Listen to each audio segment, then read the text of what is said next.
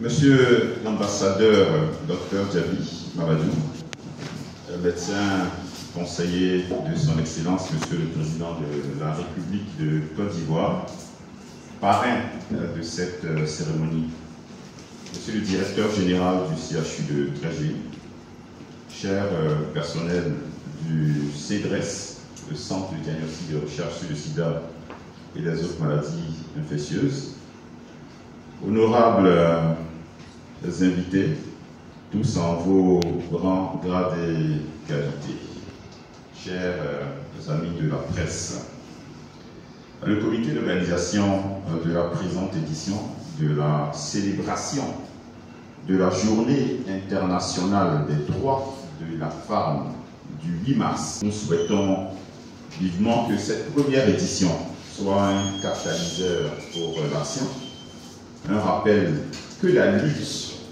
pour les droits n'est pas terminée et que notre espoir pour l'avenir est bien vivant.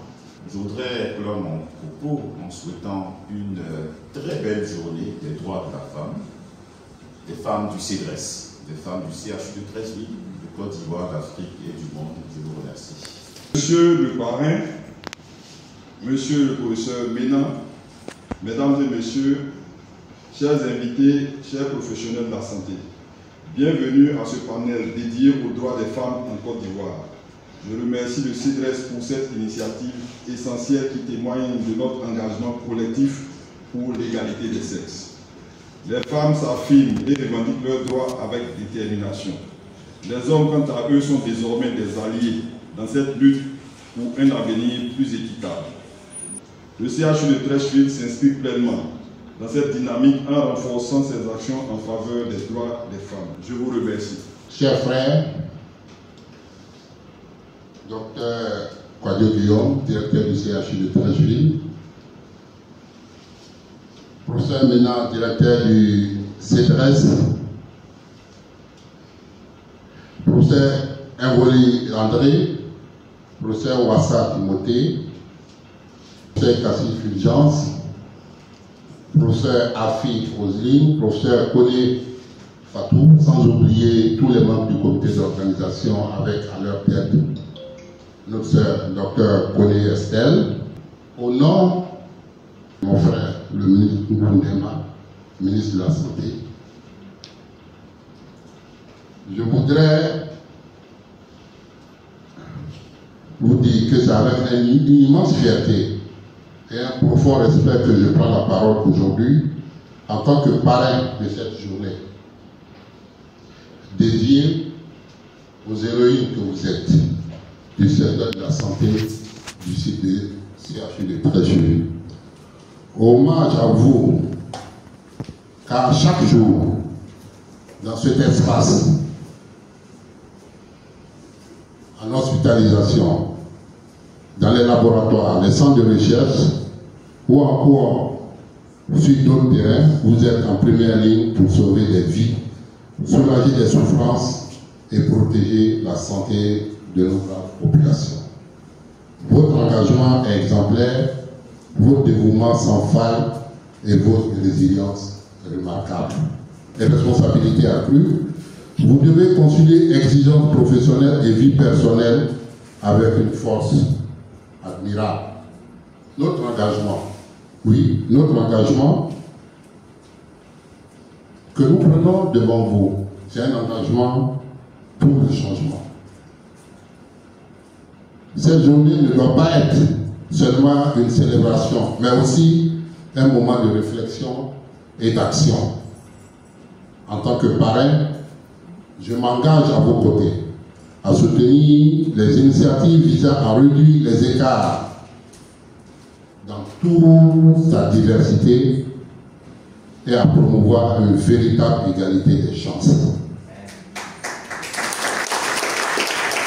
Encourager l'accès des femmes aux postes de responsabilité au leadership dans le secteur de la santé, plaider pour des conditions de travail améliorées avec une meilleure reconnaissance de votre investissement quotidien.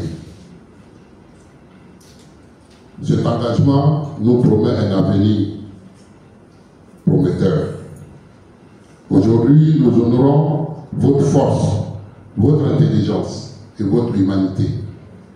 Demain, nous devons transformer cette reconnaissance en action concrète pour un avenir plus équitable et inclusif. Mesdames, vous êtes l'âme de la santé. Oui, vous êtes l'âme de la santé. Votre engagement est un exemple pour nous tous. Et je vous remercie du fond du cœur pour tout ce que vous accomplissez chaque jour. Vous avez tous nos encouragements. En ce sens que, en accompagnant la direction du CHU de Treichville, dans la mesure de nos possibilités, pour que vos doléances, certainement qui vont sortir de vos panels, puissent être réalisées dans les possibilités que nous aurons à vous offrir. Bonne fête à toutes, bonne célébration à toutes, que la fête commence. Je n'ai plus besoin de me présenter, mais on va rappeler que nous sommes à la première édition des Journées internationales des droits des femmes au CEDRES. Et le thème central, c'est les femmes dans le domaine de la santé, entre vocation et défis quotidiens. Pour ce faire, nous allons utiliser ce plan suivant. Après une introduction qui va peut-être parler, une brève introduction, on va faire de l'historique. On va parler des droits, des domaines, de façon globale, les avancées et les défis, et on finira par une conclusion. En introduction, nous pouvons dire que la journée internationale le 8 mars n'est pas une journée de pagne, c'est une journée de mise au point, de faire le point de l'évolution de la condition de la femme dans le monde. En 2022, nous avons la population qui a augmenté jusqu'à 8 milliards, avec des irrégularités selon les régions. Au Qatar, on a plus d'hommes que de femmes. En Arménie, on a plus de femmes que d'hommes. Les dates historiques qu'on a gardées, on peut dire que dans les recherches, on s'est rendu compte que toutes les bases se sont basées sur le caractère chrétien. Le caractère, tout a commencé là-bas. Et donc, en 1691, il y a une sœur du nom de Joana Inés, au Mexique, qui a défendu le droit à l'éducation de la femme. En 1848, il y a eu la Convention du Sénat qui a donné les droits civiques, les droits sociaux, les droits politiques et les droits religieux aux femmes.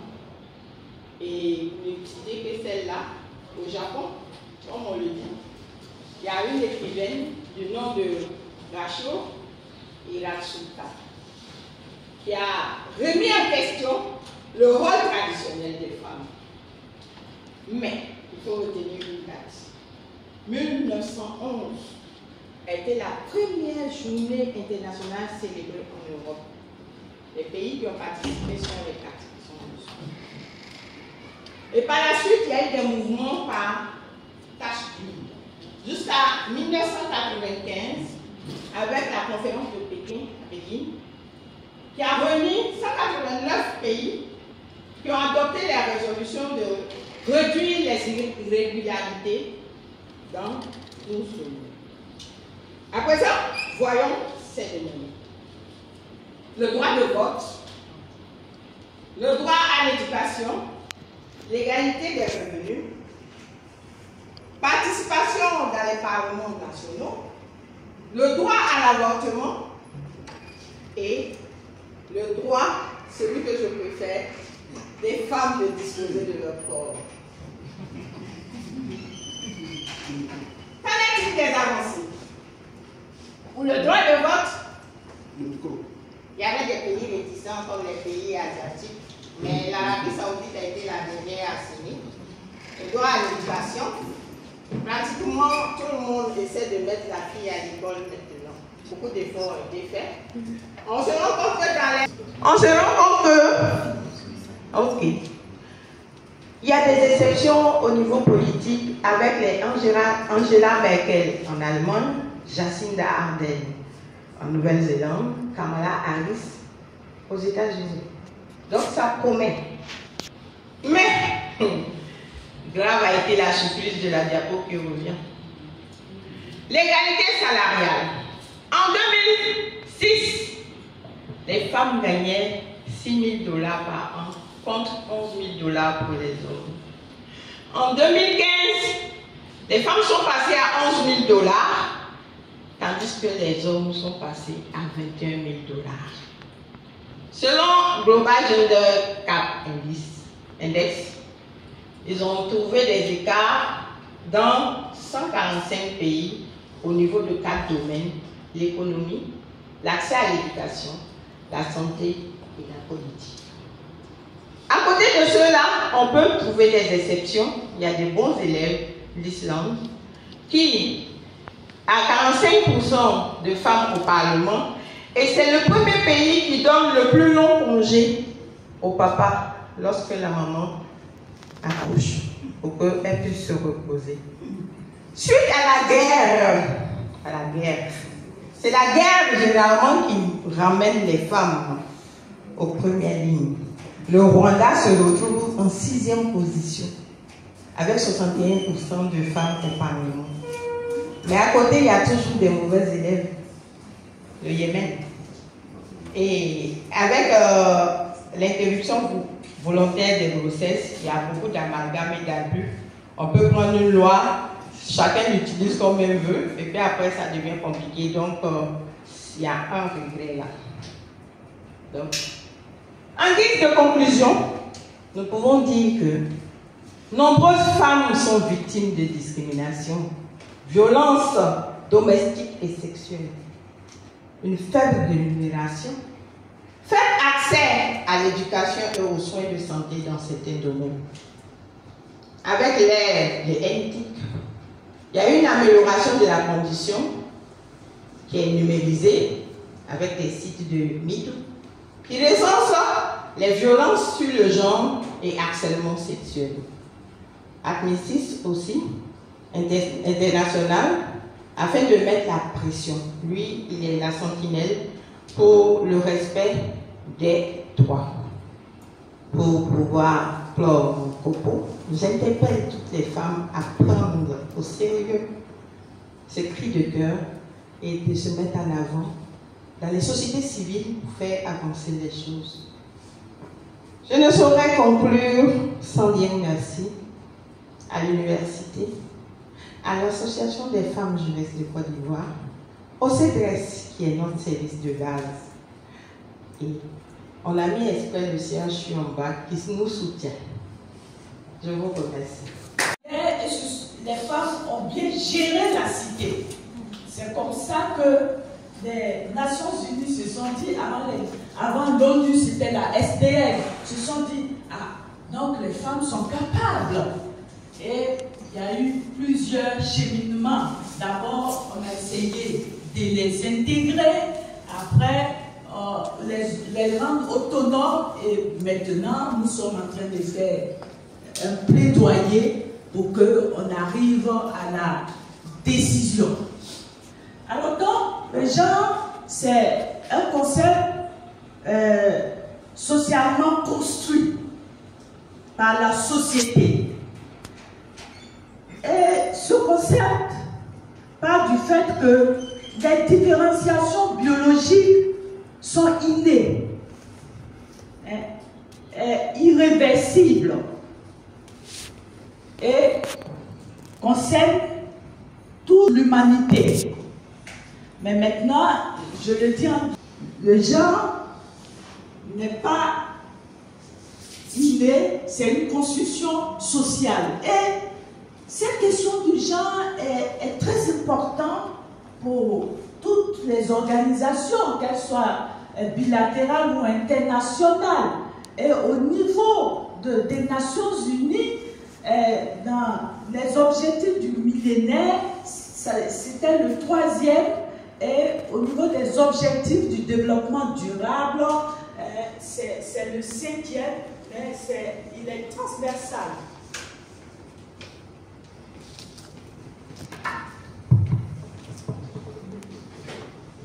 Alors, tenir compte du genre permet de booster l'économie parce que la prise en compte de la femme est un facteur économique. La femme est productrice, au-delà de sa fonction de reproduction.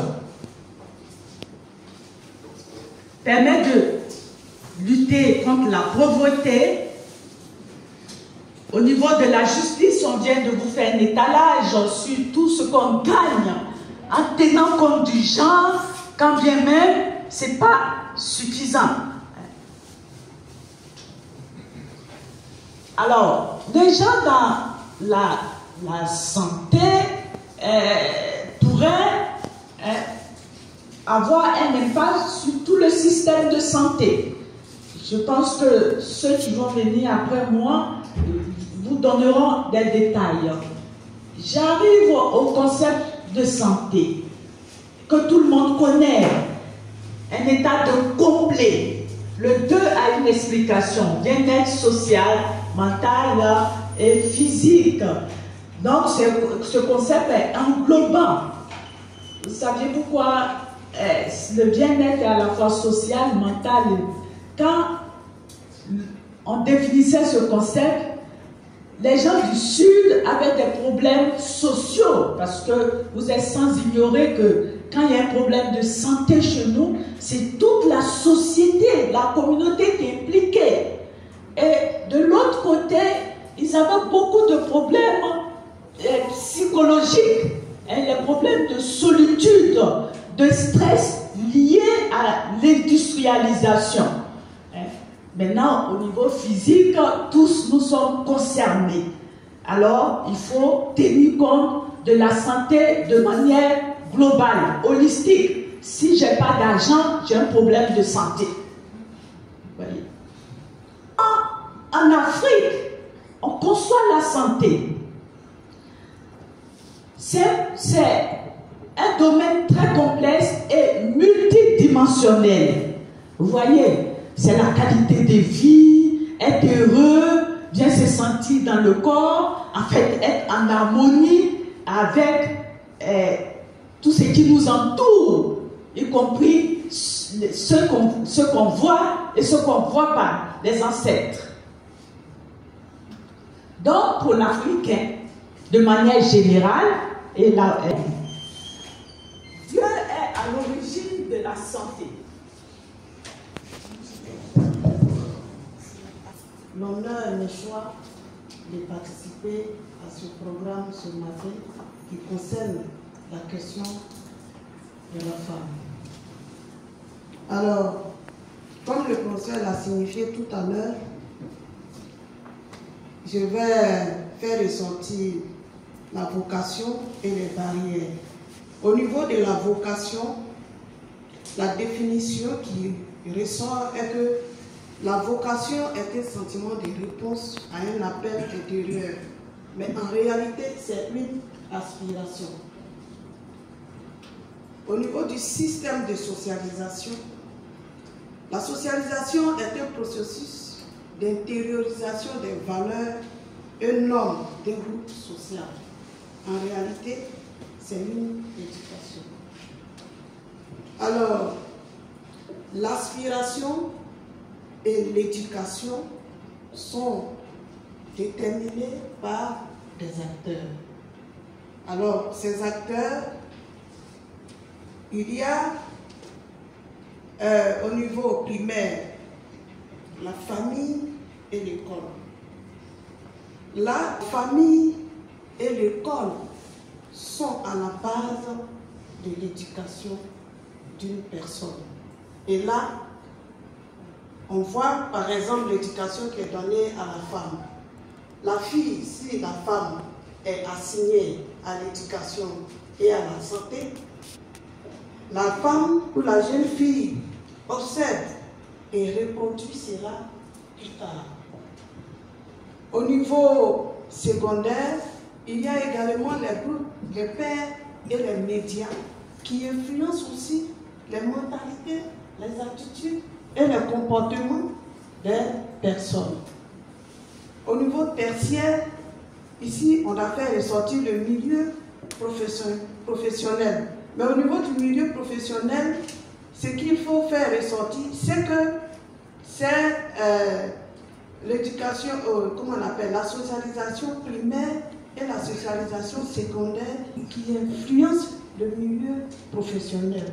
Et spécifiquement au niveau de la santé, on va voir des choix que les femmes vont faire, des aspirations qu'elles vont avoir. L'élément qui suit, c'est de mettre en exergue le parcours social de la femme dans le domaine de la santé. Et j'ai pris l'exemple d'Elisabeth Blanquer, qui a été la première femme diplômée en médecine.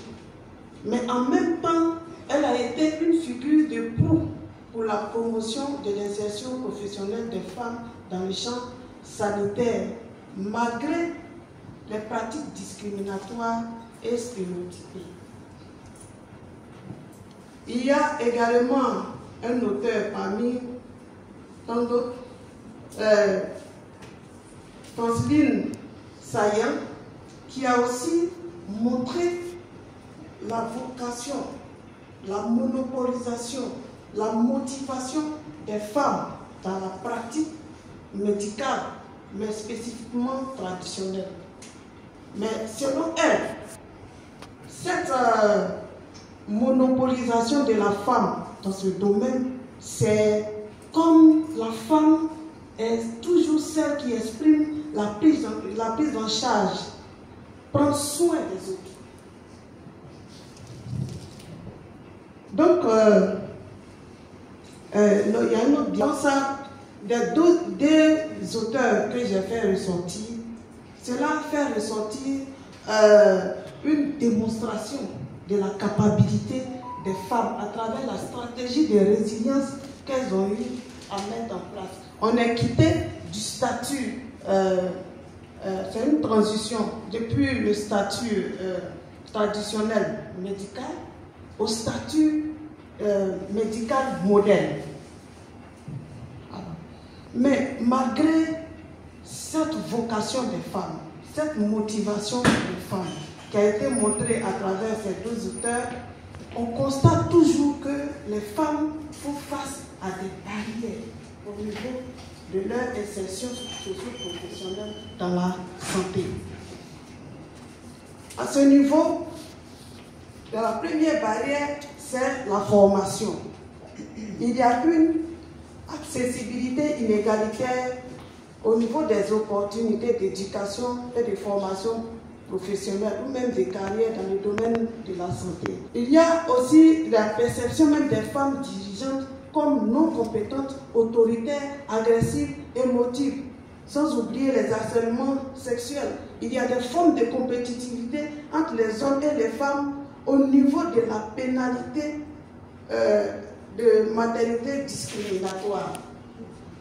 Il y a aussi des formes de compétitivité entre les femmes elles-mêmes. Quand elle voit sa soeur être leader ou bien travailler quelque part, il y a toujours des commérages, des calomnies. Puis à relever, nous sommes longuement étalés sur les difficultés. C'est le lieu de parler des défis. Et les secteurs d'activité et même liés aussi à la femme. Au niveau national, nous avons un ministère à charge de la question qui travaille en long et en large sur la question du genre. Donc il y a des rencontres au niveau national de manière quotidienne. Le premier point essentiellement porte sur les intérêts pratiques et les intérêts stratégiques. Les intérêts pratiques sont liés au quotidien de la femme. Ce sont nos activités quotidiennes.